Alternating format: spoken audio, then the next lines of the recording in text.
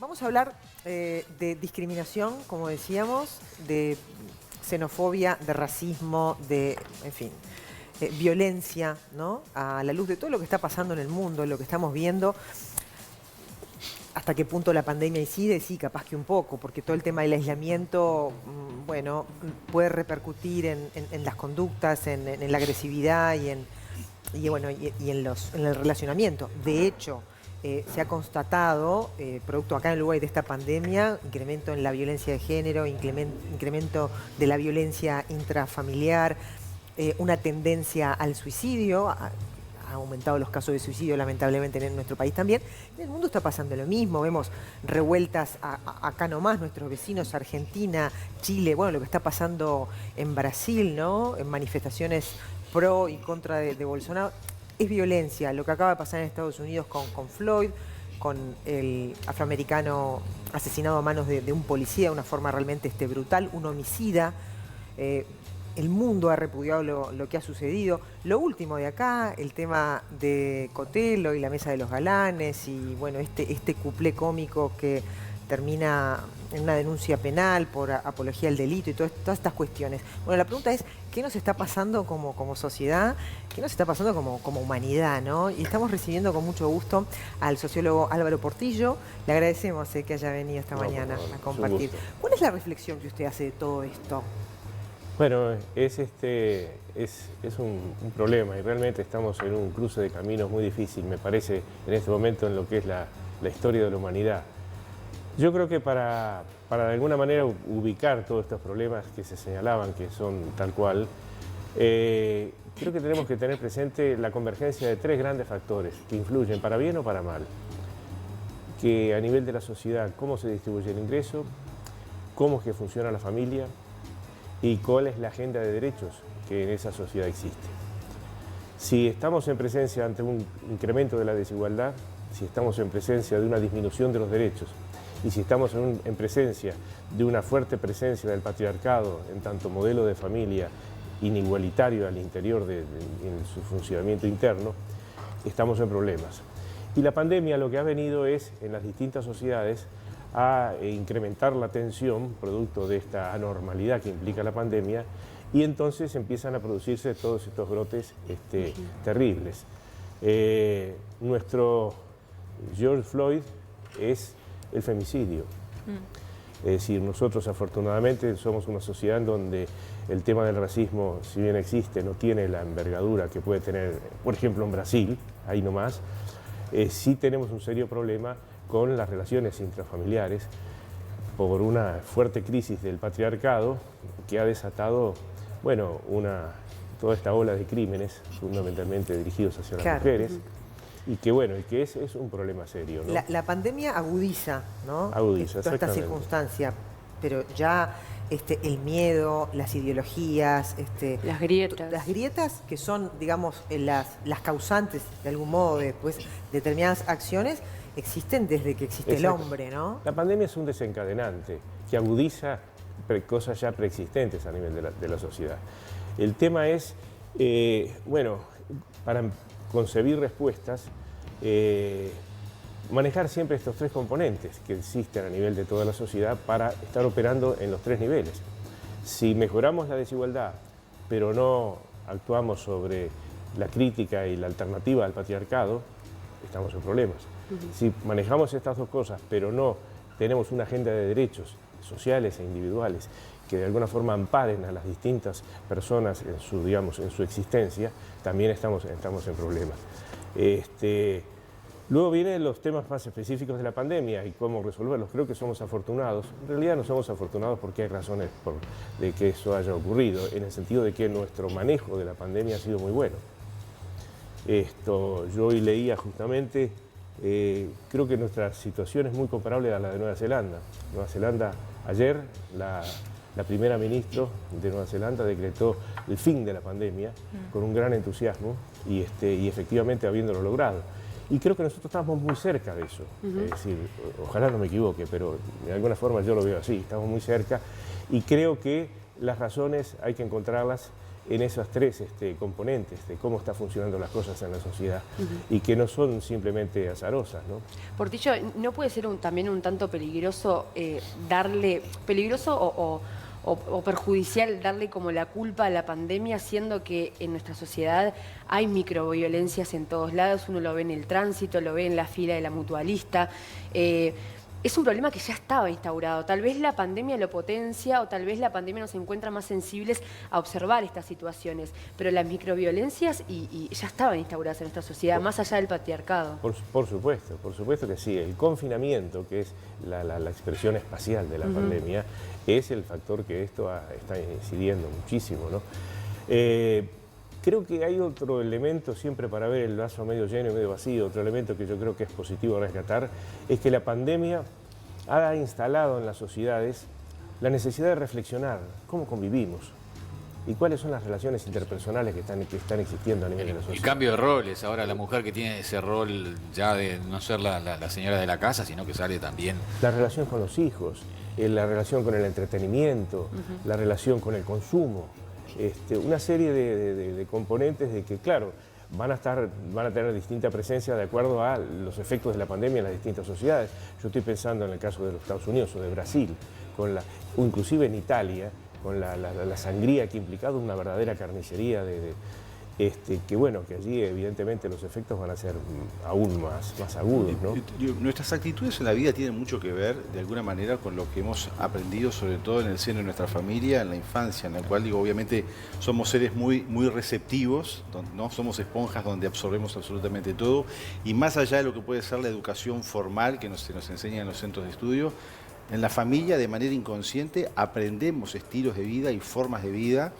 Que si nosotros obviamente crecemos en un hogar donde la violencia, las discusiones, las peleas entre los padres, el niño lo vive todos los días, lo adopta como algo, una forma de vida normal que después la va a extrapolar al resto de su vida. Entonces digo, esto no es nuevo, lo de la violencia, y obviamente, como usted decía, lo de la pandemia de alguna manera enciende la luz y después la luz se apaga y todo sigue igual. Entonces, ¿cómo trabajar en esas familias, en el seno de esas familias, para que los chicos aprendan o recepcionen una forma de vida que sea saludable para el resto de su vida? Claro, lo que pasa es que en el campo de lo estrictamente familiar, la manifestación de las violencias al interior de la familia, lo que están en definitiva expresando o manifestando es la estructura de la familia. Entonces, lo que de alguna manera está en tela de juicio y está en un permanente proceso de construcción son los roles al interior de la familia.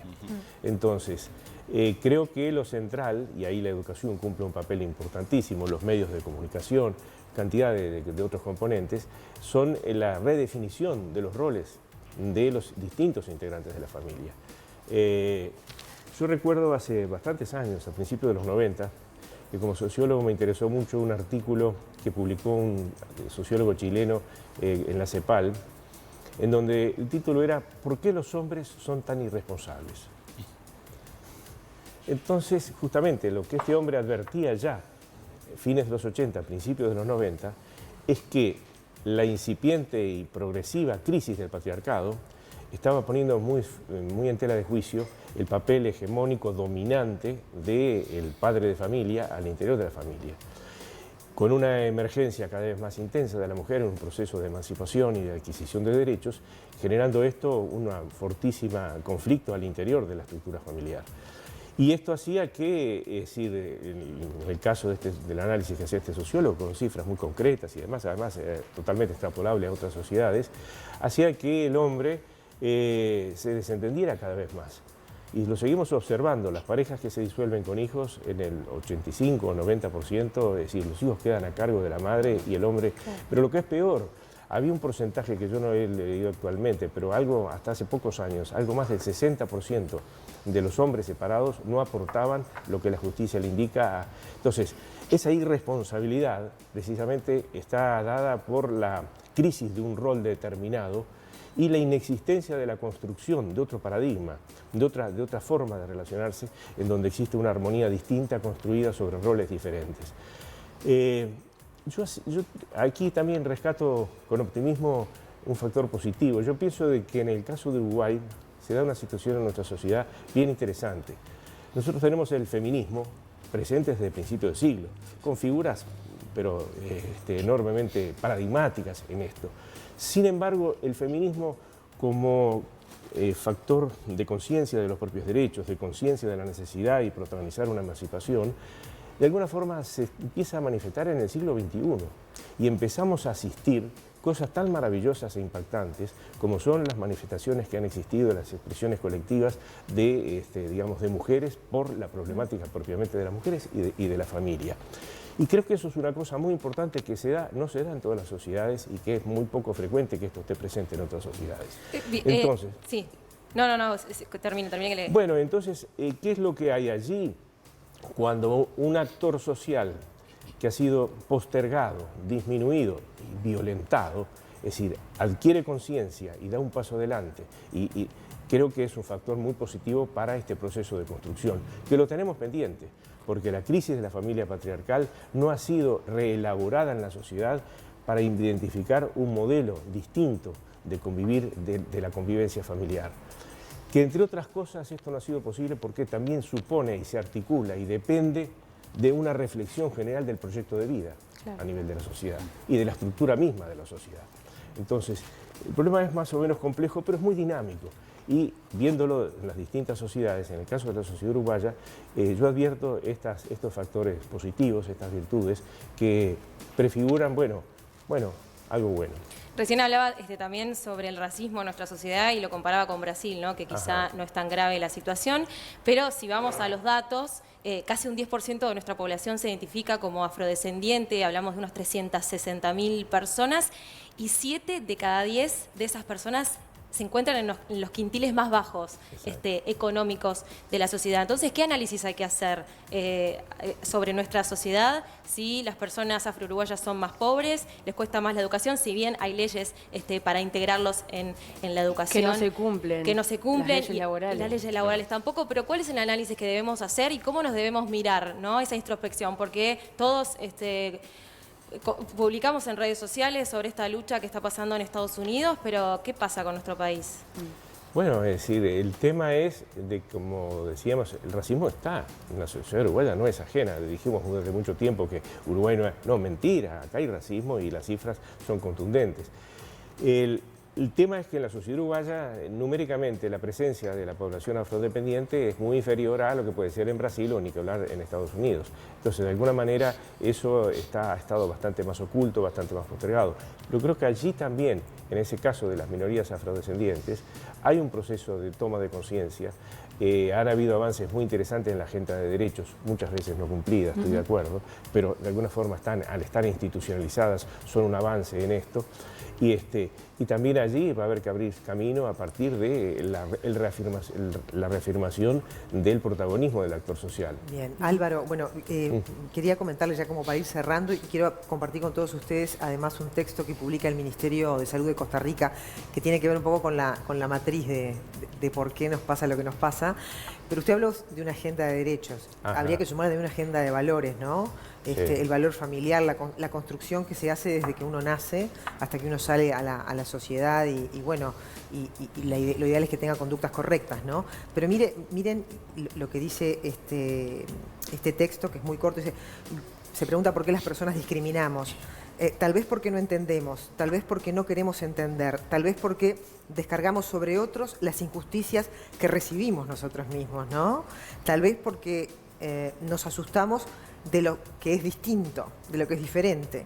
En todos los casos, una manera de combatir la discriminación es atraparla cuando es pequeña, cuando está naciendo, cuando es solo una frase o un chiste o un gesto.